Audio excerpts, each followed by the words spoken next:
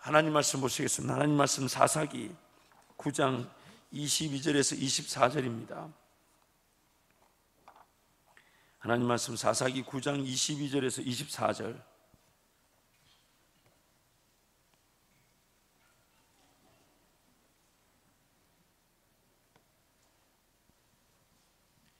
사사기 9장 22절에서 24절 석절 말씀을 우리 함께 선포하겠습니다. 함께 선포합니다.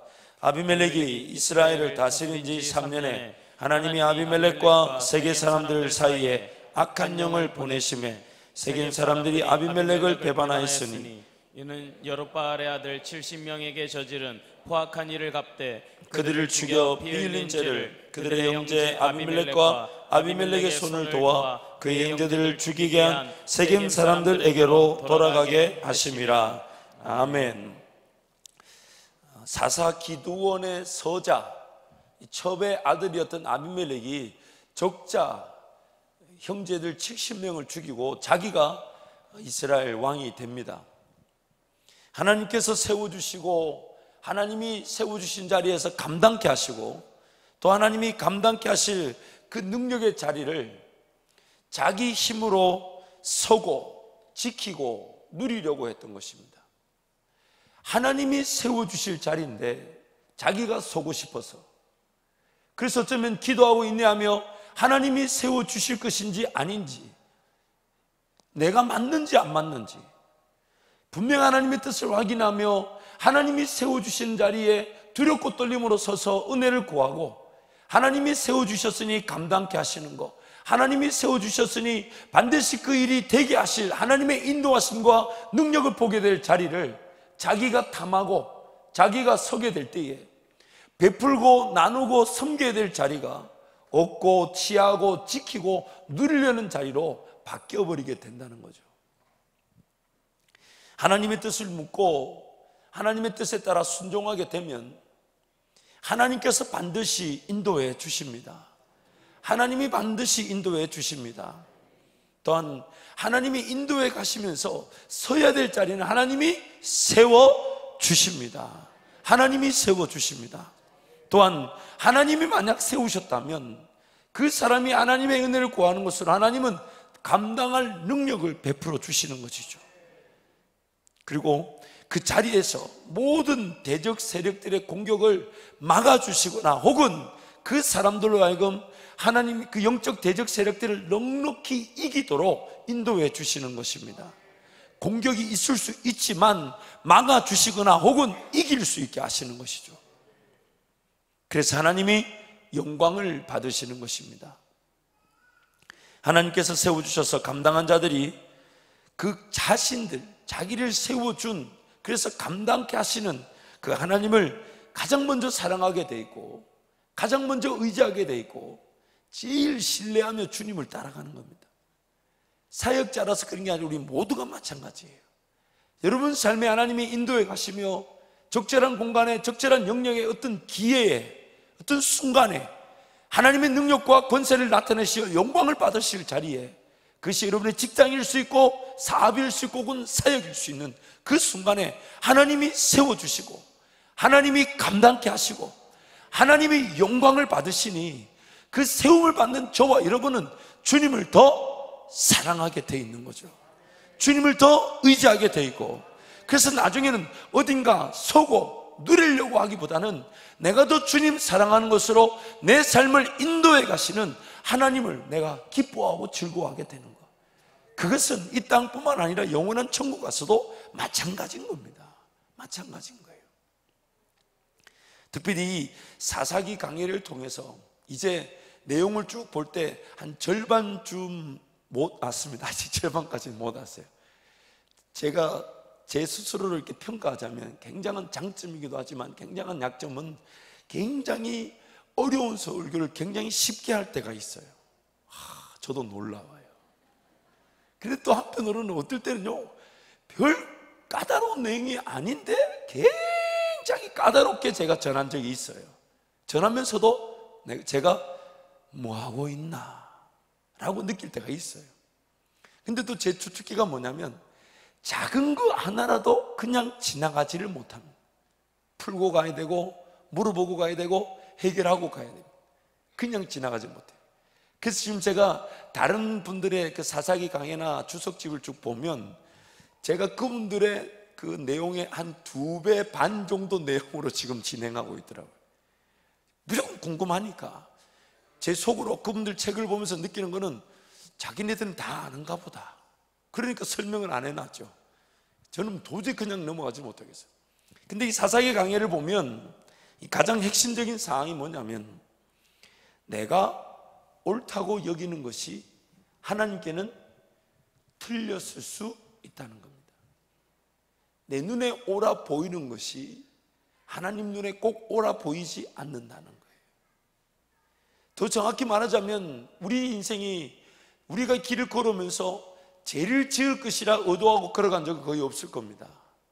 심지어 무슨 선택을 할 때도 반드시 이걸 통해 하나님 영광을 올려드릴 거라고 믿고 선택한 것이지 그 영광과 관계없는 길을 걷고자 했던 적은 없을 거예요. 근데 뭐가 문제냐? 내가 옳다고 여긴 것이 하나님 보실 때도 꼭 그렇지 않을 수 있다는 겁니다. 또한 사사기 강해를 통해 두 번째 핵심적인 것은 하나님이 세우시는 자리가 아닌데 내가 설 수 있더라는 거예요. 하나님이 세우시는 자리가 아닌데 내가 서고 싶고 또 내가 서고자 하고 또 실제적으로 설 수 있더라는 겁니다. 마지막으로는 하나님 나라의 백성으로 하나님을 예배하고 살아간다고 하지만 나의 인간적 견해와 지식과 경험으로 하나님보다 먼저 내가 앞서서 일을 진행하고 처리하고 해결하려고 덤벼들 수 있더라는 겁니다. 이걸 총체적으로 사사기에서 뭐라고 표현했냐면 자기 소견에 옳은 대로 행하더라. 분명히 자기는 옳다고 여겼지만 하나님 보실 때는 틀렸다는 거예요. 그러다 보니 하나님의 인도하심을 구한다고 하지만 하나님께서 세워주신 자리가 아닌 자리에서 하나님의 인도하심을 구할 때가 있더라는 거예요. 하나님이 세워주신 자리에서 하나님의 인도하심을 구한다면 왜 음성이 안 들리고 왜 인도하심이 안 나타나겠습니까? 음성이 안 들리고 인도하심이 안 나타나고 심지어 기도조차 지쳐버리고 기도가 잘 안 되는 이유가 뭘까요? 하나님이 지금 원하시는 자리가 아닐 수 있습니다. 또한 자기 자신이 원하고 바래어서 선 자리, 선 사업의 자리, 선 직장의 자리, 선 가정이라면 너무너무 힘든 것이 뭐냐면 내가 섰기 때문에 내가 선택했다는 이유로 내가 그 가정을, 내가 그 사업을, 내가 그 직장을 지켜야 하는데 지킬 능력이 나에게 없다는 거예요. 내 삶을 내가 지키고 내가 보호할 능력이 그 능력이 있었으면 우린 이 정도 수준에 머물러 있지 않습니다. 그렇지 않을까요? 아무리 강조해도 지나치는 건 저와 여러분이 자기 삶을 지킬 능력이 있었으면 우리 서로 만나지 않았어요. 어떤 뉘앙스로 들려도 이제는 여러분이 아시리라 생각됩니다. 우리 서로 경각심을 가져야 합니다. 지난 날과 같지는 않을 것이다. 더 큰 은혜 자리에 반드시 우리가 서게 될 것이다. 결국 자기 삶을 자기가 지키지 못하지만은 지키려고 하다 보니까 무리수가 등장하기 시작하죠. 불법이 용납이 되고 또한 이 철저하게 사람을 짓밟고 일어서야 되는 어리석은 일들이 일어나기 시작합니다. 결국 내려놓고 하나님을 바라봐야 될 자리에 내려놓지 못하니까 자기가 지키려고 하다 보니까 끝내는 자기 삶을 자기가 지키지 못하고 자기가 저지른 부정과 불법으로 인하여 자기가 망하게 되는 거예요. 아비멜렉, 이 기드온의 서자가 자기 인간적인 욕심으로 왕이 되기를 바라고 그 일을 이루기 위해 덤벼들었습니다. 오늘 본문 말씀 보니까 그 선 일이, 왕이 된 일이 어느 정도 되는 듯 보였어요. 3년이 지났습니다. 그러나 하나님께서 세우신 자리가 아니었기 때문에 그 어떤 자리도 지켜지고 지속될 수 없습니다. 그래서 기어이 무너지고 말았는데 자기 민족 이스라엘을 지키고 세워줘야 될 왕이 도리어 동족을 죽이는 일을 서슴지 않습니다. 자기 자기를 지키기 위해 자기의 역할에 대한 그 분명한 인식을 망각하고 자기 자신을 지키기 위해 자기가 선 자리에서 자기 힘을 휘두르고 자기 동족을, 자기 민족을 죽이는 어처구니 없는 일들을 저지르고 말았던 것입니다. 그리고 기어이 자신이 자기의 자리를 지킬 수 있을 것처럼 여겼지만 한 여인이 던진 맷돌 윗짝에 맞아 삶을 마감하고만 합니다. 전혀 그렇게 죽을 줄 몰랐던, 전혀 그렇게 삶이 끝날 줄 몰랐는데 허망하게 끝나고 마는 것이죠.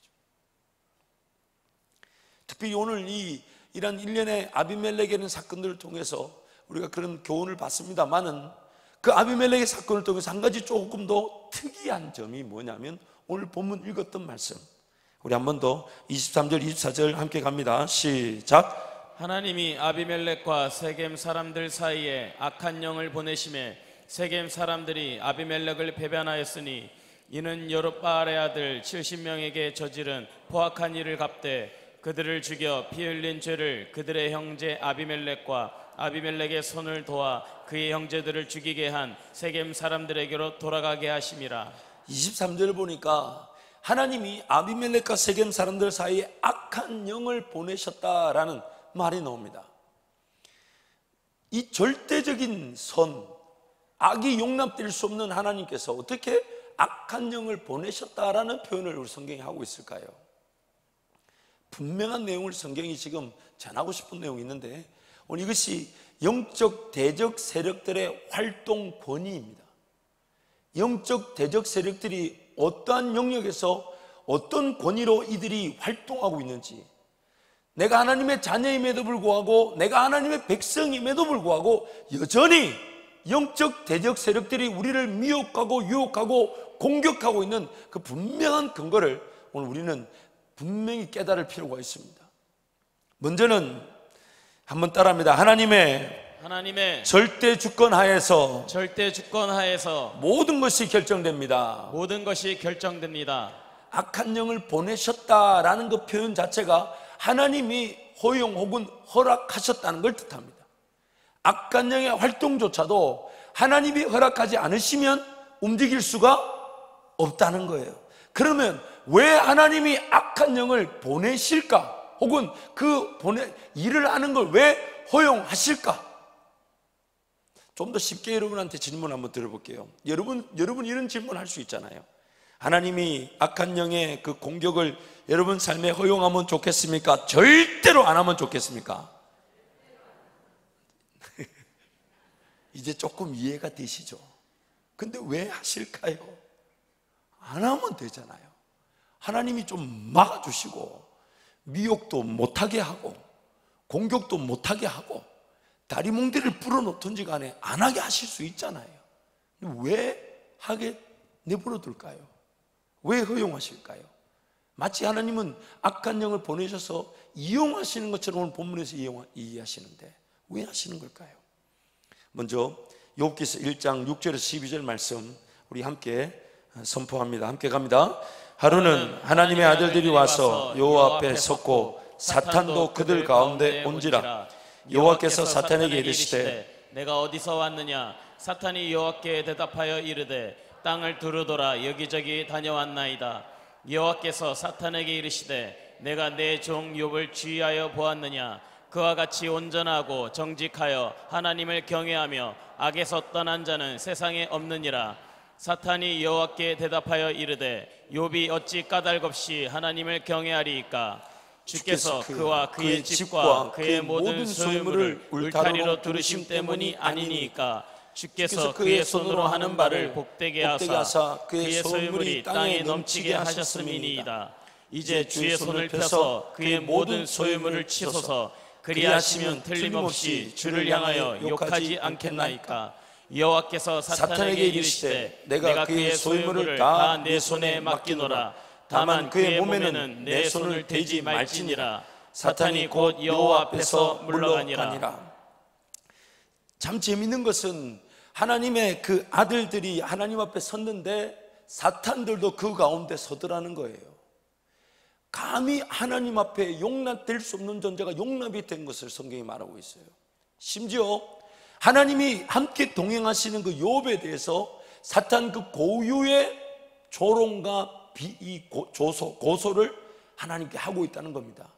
하나님이 욥을 지키시고 사늘로 두르심 같이 보호하고 복을 주시니까 욥이 하나님을 찬양하는 거지, 욥을 하나님 한번 괴롭혀 보십시오. 그가 고통을 당해 보십시오. 하나님을 반드시 거절할 것입니다. 그 말을 왜 하게 내버려 두셨을까요? 하나님이. 사탄이 그 말을 하는데 지금 하나님이 그 사탄의 입을 어떻게 하실 수 있습니까?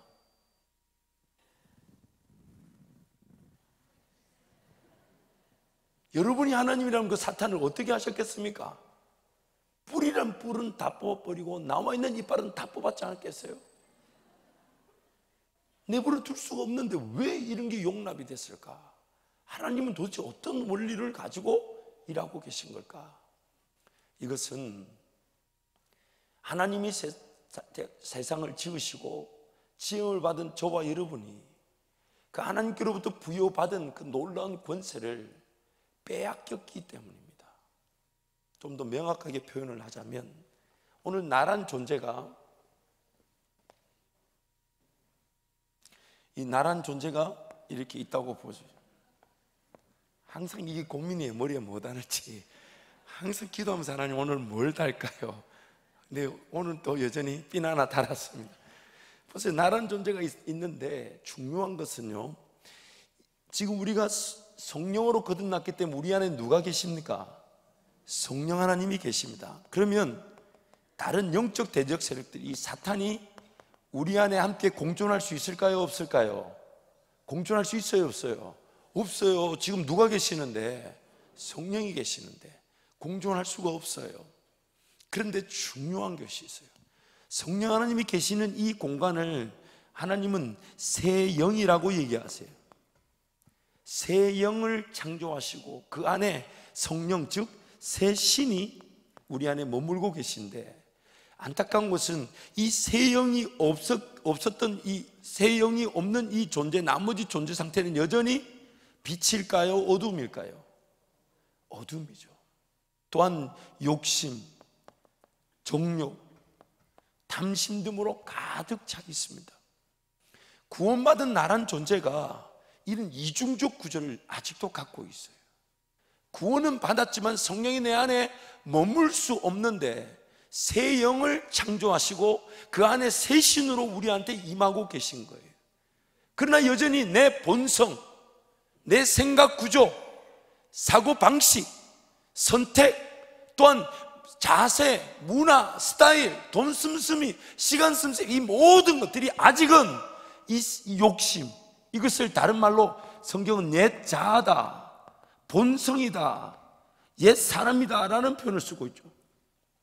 여전히 옛 사람, 옛 자, 옛 본성의 지배를 받고 있더라는 겁니다. 그래서 성령 하나님이 점점점 마치 내 심령이 이만하다면 성령의 이 임재는 정말 희미할 수 있어요. 왜냐하면 성령의 역사가 작다기보다는 어두움의 역사가 더 큰 거예요. 그러나 하나님 말씀이 들어오고 성령 하나님과 함께 동행하며 그분을 인정하고 그분의 방식대로 살아가면서 점점점 어두웠던 영역이 빛의 영역으로 바뀌어져 가는 것을 우리는 성화라 그러는 겁니다. 거룩하게 구별되어져 가더라. 지금 이 얘기를 여러분께 3번 이상 했었어요. 다른 그림으로 말씀할 뿐이지만, 근데 오늘 하고 싶은 해야 될 얘기가 뭐냐면, 오늘 우리의 구조가 타락한 본성을 그대로 갖고 있다 보니까 마귀는 어떻게 일하냐면 이 욕심을 통해 일하기 시작합니다.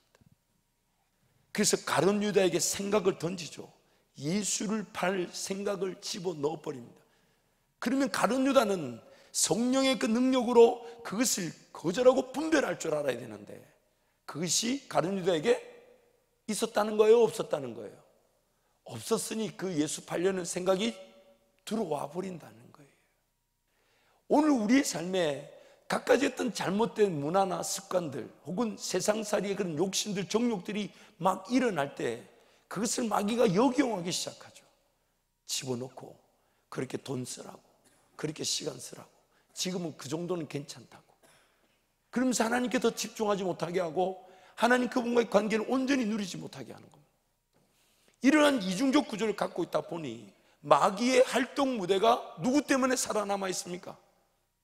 마귀의 활동 영역이 누구 때문에 지금 허락되어진 겁니까? 누구 때문에? 나 때문에.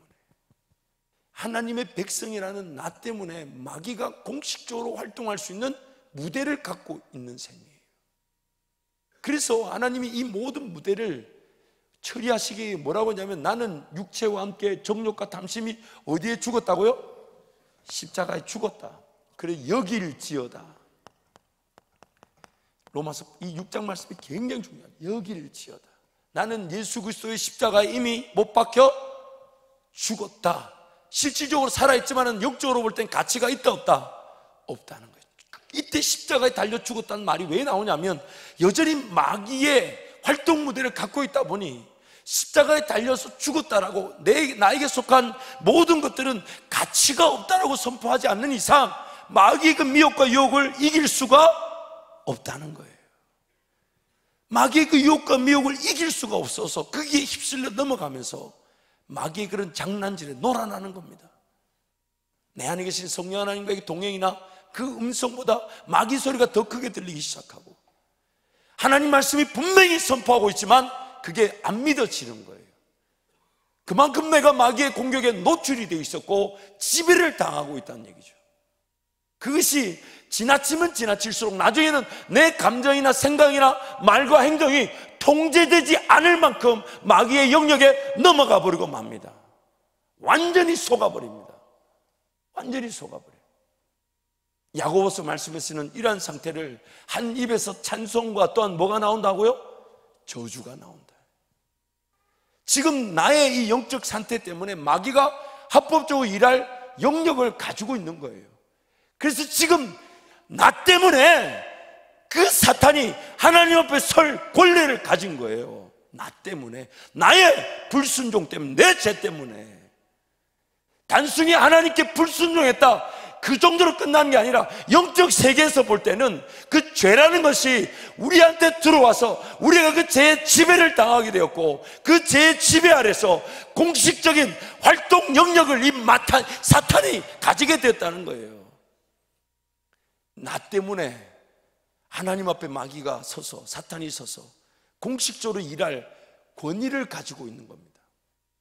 그러나 그럼에도 불구하고 하나님은 하나님의 백성이며 하나님이시기 때문에 그 절대 주권을 가지고 마귀가 일할 수 있지만, 그래서 그 마귀가 일한다는 것을 공식적으로 허용하시지만 그것을 우리 하나님의 사람들이 승리를 맛보는 기회로 바꾸어 주시는 것이죠.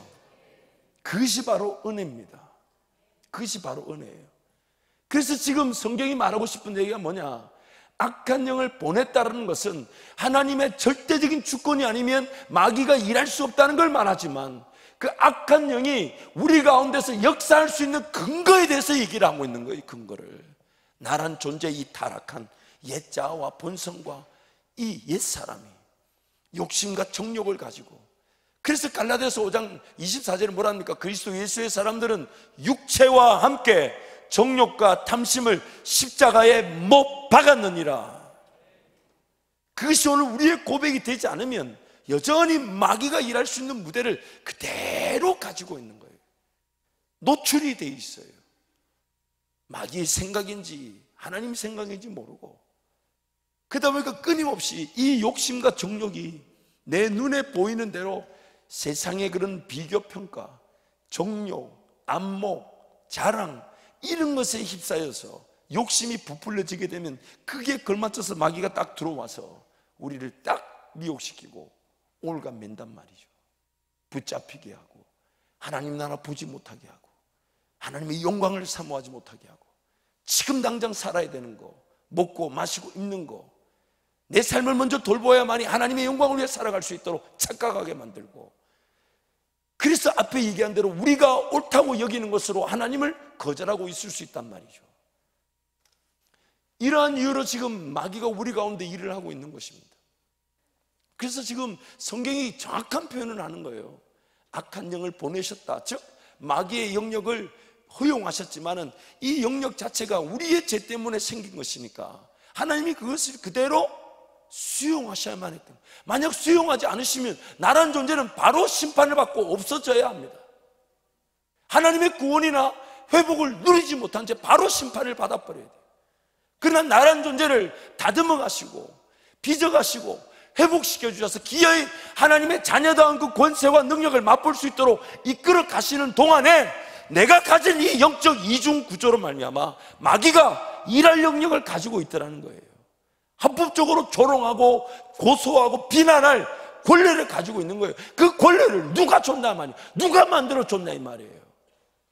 내가 만들어 줬던 거예요. 내가.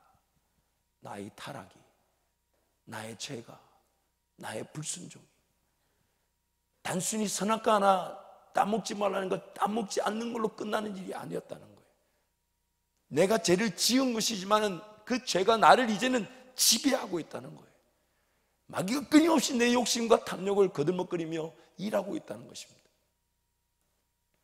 그래서 이러한 이유로 지금 성경이 이 표현을 쓰고 있는 거예요. 하나님이 악한 영을 보내신다.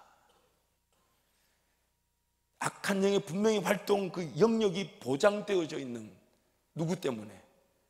누구 때문에요? 나 때문에.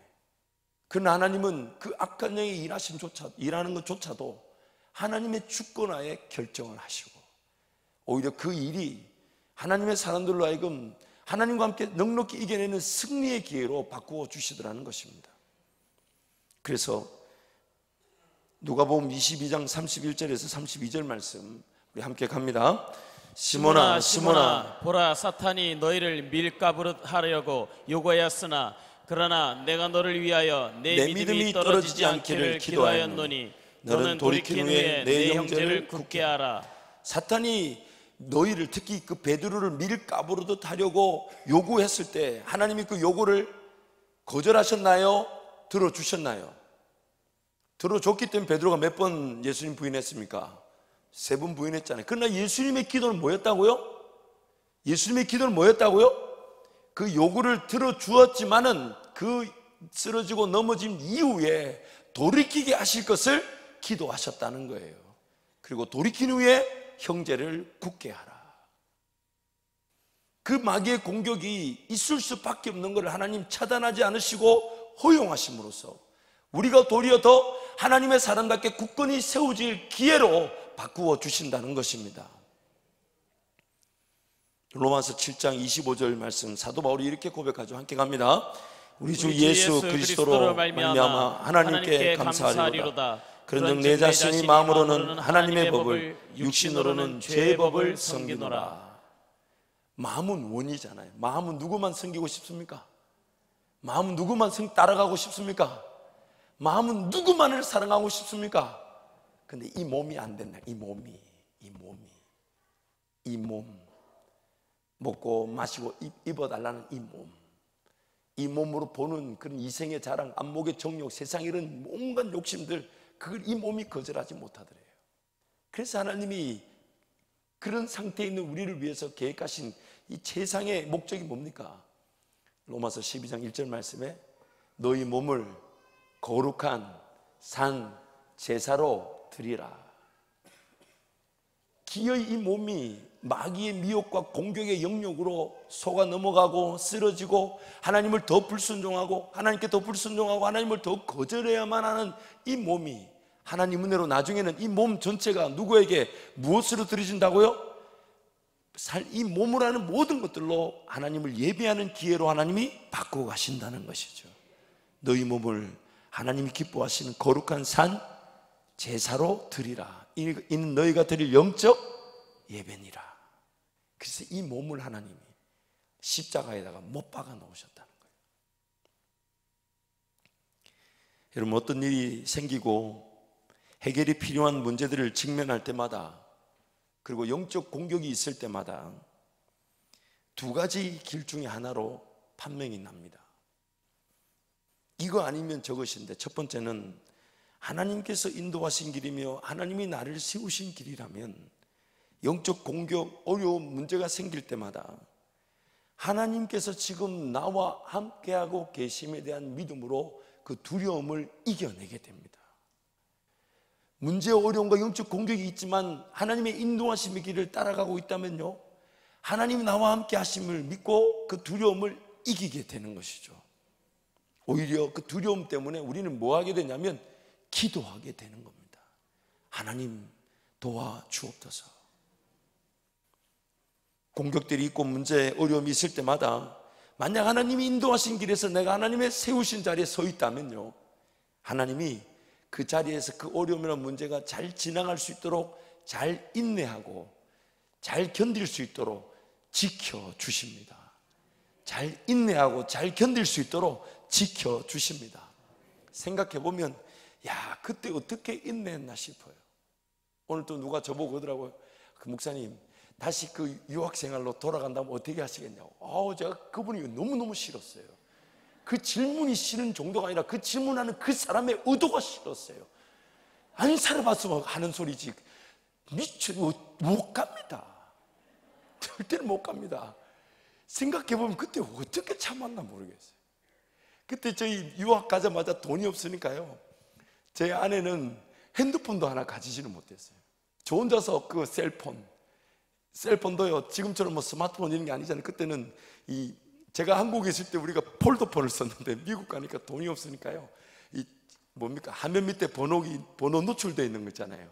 그래서 맨날 엉덩이 살 많은 사람들 눌리면 삑 눌러주고 하는 그거, 그 전화기 웃으시는 분들은 경험 있죠, 그거. 그래가지고 엉뚱한 사람들 전화하고 막 이래가지고 엉덩이에서 여보세요 소리 들려가지고 꺼내보니까 내가 누른 거 아닌데 엉덩이가 눌러줘가지고 전화되고 뭐 그런 전화기. 근데 그걸 저 혼자서 돈 조금 넣으면 이제 몇 분 쓸 수 있는 거, 그런 거 넣어서 이제 생활할 때니 제 아내는 집에서 전화기도 하나 없는 데서, 그리고 저는 새벽기도 갔다가 돌아와서 보따리 싸서 학교 가고, 또 그때 뭐 제가 잠깐 누구 일을 도와주는 아르바이트도 있었죠. 또 그러면서 또 영어 공부를 또 하루에 3-4시간씩 또 해 나가야 되죠. 그러다 보니까 저녁에 밤 11시 12시 오면 생각해보면 그래요. 사모님을 하나님이 안 지켰으면 하루에 10몇 시간 혼자서 뭐 했을까요? 집에서 멍하니. 정말 저분 대단한 분입니다. 여러분 함부로 우습게 보시면 안 돼요.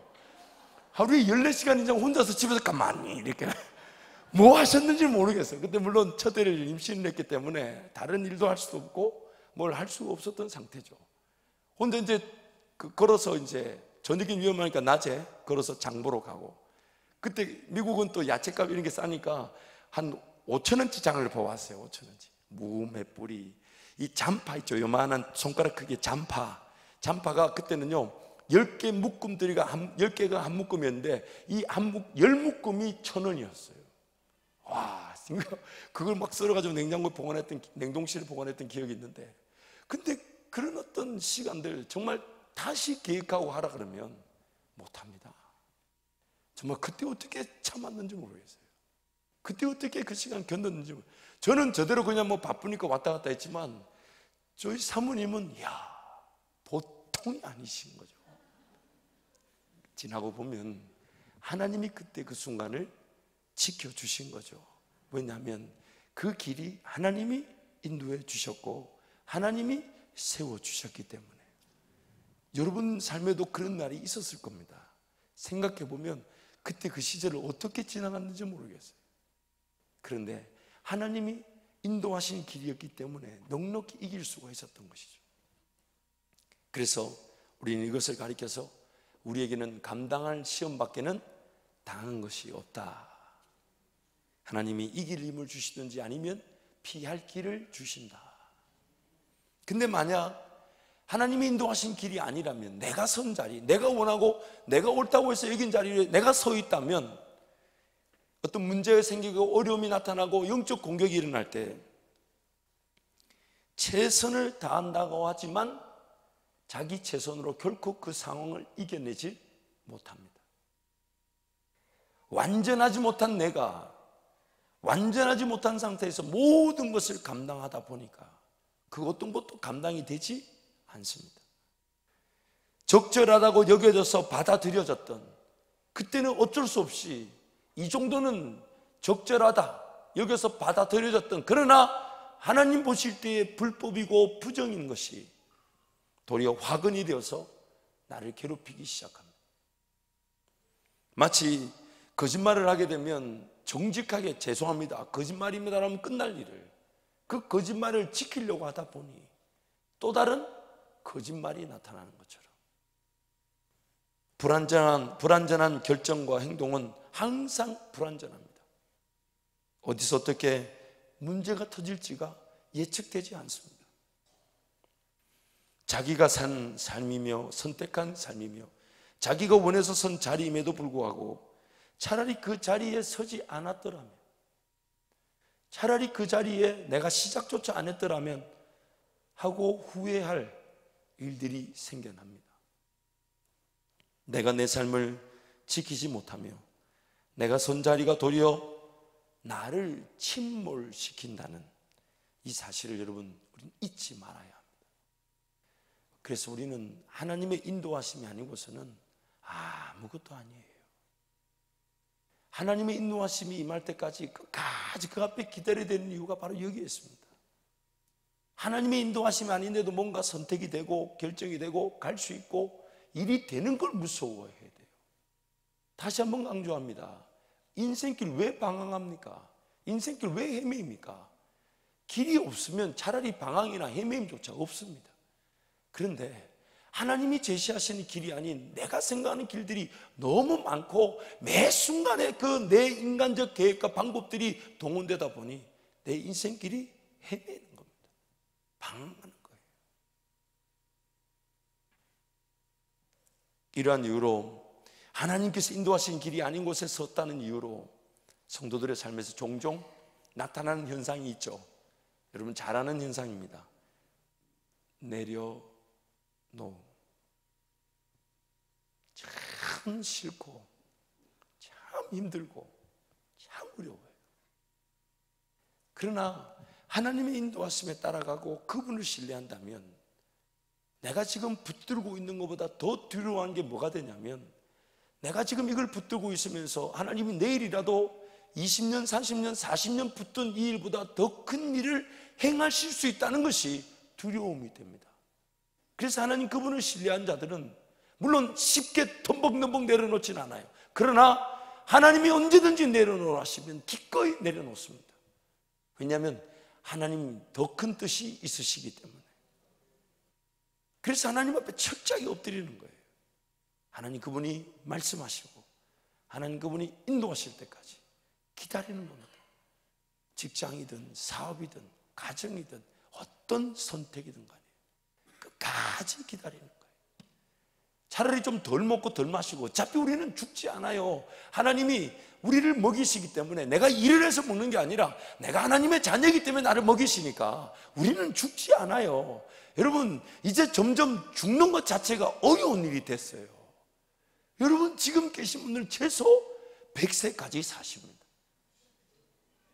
기분 나빠하실 일이 아니라 세월이 그렇게 되어버려서 이제 죽는 것도 유익하다는 것이 얼마나 진정한 고백인지를 알게 됐어요. 죽고 싶어도 못 죽어요. 죽는 게 얼마나 큰 은혜인데요. 그런데 만약 사명 없이 하나님과 동행 없이 그 살아간다고 생각해 보세요. 끔찍하지 않습니까? 그래서 여러분 날마다 주님 사랑으로 불타오르지 않으면 삶이 남아있는 만큼 수치와 오히려 안타까움과 어려움만 가득할 뿐입니다. 사랑하는 성도 여러분, 하나님 지금 우리와 함께 하셔서 우리 삶을 인도하고 싶으셔서 오늘 우리 이 순간 아직 호흡하고 있는 것입니다. 하나님 여전히 나를 포기치 않으시고 내 삶을 기회 아직도 영광을 받으실 기회가 있으시고 아직도 나에게 베푸실 은혜가 있고 아직도 나를 통해 일하실 분명한 기회가 있어서 아직도 나는 호흡하고 있는 거예요. 아직도 나는 안 믿으시네. 안 믿게 되세요? 갑자기 100세 산다고 했더니 기분이 확 다들 안 좋으신 분이네. 아니 제가 뭐 없는 얘기 한 것도 아니고 지금 그래요. 아니, 빨리 돌아가고 싶은 분들은 빨리 돌아가기도 하시고. 근데 우리가 우리 삶을 이렇게 조절할 수가 없지 않습니까? 중요한 것은 하나님 그분과 함께 동행하면서 그분이 내 삶을 인도하심을 믿고 전적으로 의지하게 되면 몇 살까지 사는가가 중요하지 않습니다. 언제까지 사는지도 따져 묻지 않아요. 이 땅에서도 주님과 함께 동행하는 하늘나라를 산다면 저 땅에서도 하늘나라 살 걸 여기서 맛보게 되니 언제 어떻게 죽는 게 무슨 상관이 있겠습니까? 그러므로 여러분, 하나님의 인도하심에 전적으로 엎드리시는 저와 여러분이 되시기를 축복합니다.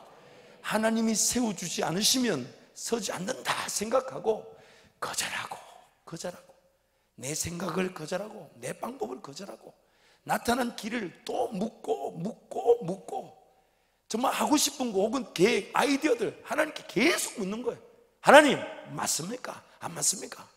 맞습니까? 안 맞습니까? 그런데 하나님 어떤 극적인 만남들과 계기들을 막 주시면서 사인을 주시면 딱 붙들고 하나님 믿고 갑니다 하고 주저하자고 달려가는 거예요. 그러면 하나님이 이미 거기에 기다렸다는 듯이 길을 열어주시고 만나게 하시고 일이 되게 하시는 것이죠.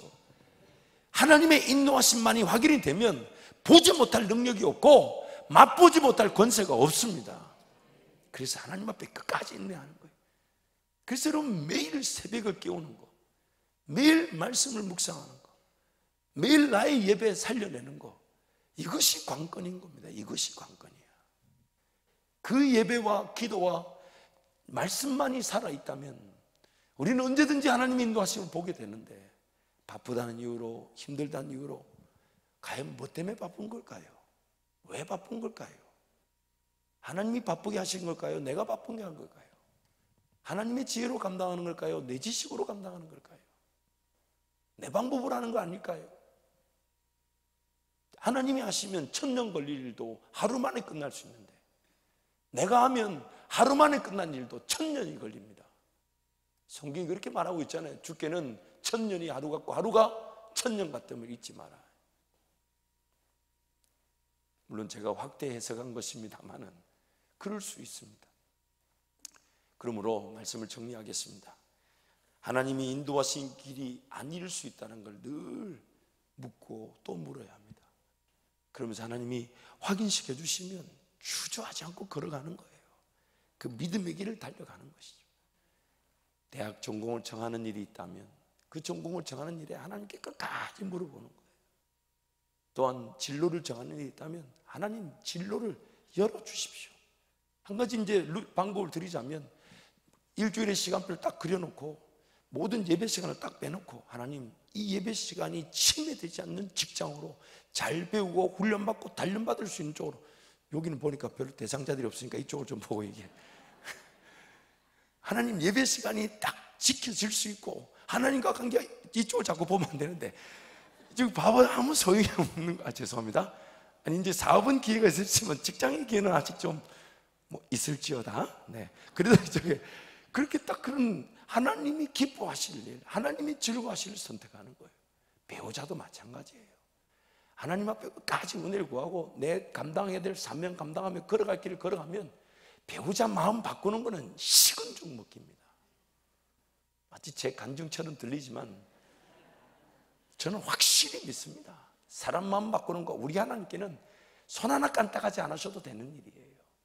그러나 중요한 것은 하나님이 인도하셨는가, 하나님이 만나게 하셨는가, 하나님이 기뻐하시는 것인가, 하나님이 즐거워하시는 것인가, 하나님이 내 삶을 지금 주관해 가시는 것인가. 그렇기 때문에 하나님이 기뻐하실 그 기준을 딱 두고 하나님 음성을 딱 기다리게 되니 반드시 인내하게 되고 반드시 영광을 보게 될 줄 믿습니다. 특별히 지금 눈이 좀 초롱초롱한 자매들, 귀한 믿음의 배우자를 만나게 될지어다. 반드시 만나게 될 줄 믿습니다. 이 시간 한번 동성으로 기도하겠습니다. 여러분, 기도하실 때에 항상 내가 옳다고 여기는 것이 하나님께 그렇지 않을 수 있음을 기억하십시오. 무엇보다도 하나님께서 세우신 자리가 아닌데 내가 내 삶의 사업의 자리, 직장의 자리, 가정의 자리 혹은 일터 혹은 삶의 순간순간을 결정할 수 있다는 것을 늘 기억해야 합니다. 그래서 하나님께 물어야 합니다. 하나님, 정말 이 자리가 하나님이 기뻐하신 자리입니까? 정말 이 자리가 하나님이 인도하신 자리입니까? 정말 이 자리가 하나님이 열어주신 자리입니까? 정말 이 자리가 제가 서야 될 자리입니까? 무엇보다도 영적인 공격이나 어려움, 아픔도 일어날 수 있지만 하나님의 인도하심을 따라가게 되면 그 모든 걸 넉넉히 이기게 될 것입니다. 그래서 이 시간 기도할 때 하나님, 제 삶, 만약 제가 하나님 인도하심과 관계없는 자리에 서 있다면 깨닫게 해주시고 내려놓을 수 있는 은혜를 베풀어 주옵소서. 그는 하나님이 허락하신 자리라면 믿음 가지고 주저하지 않고 주님과 함께 동행하며 그 열매를 보게 하여 주옵소서. 주님 찾고 함께 기도합니다. 주여.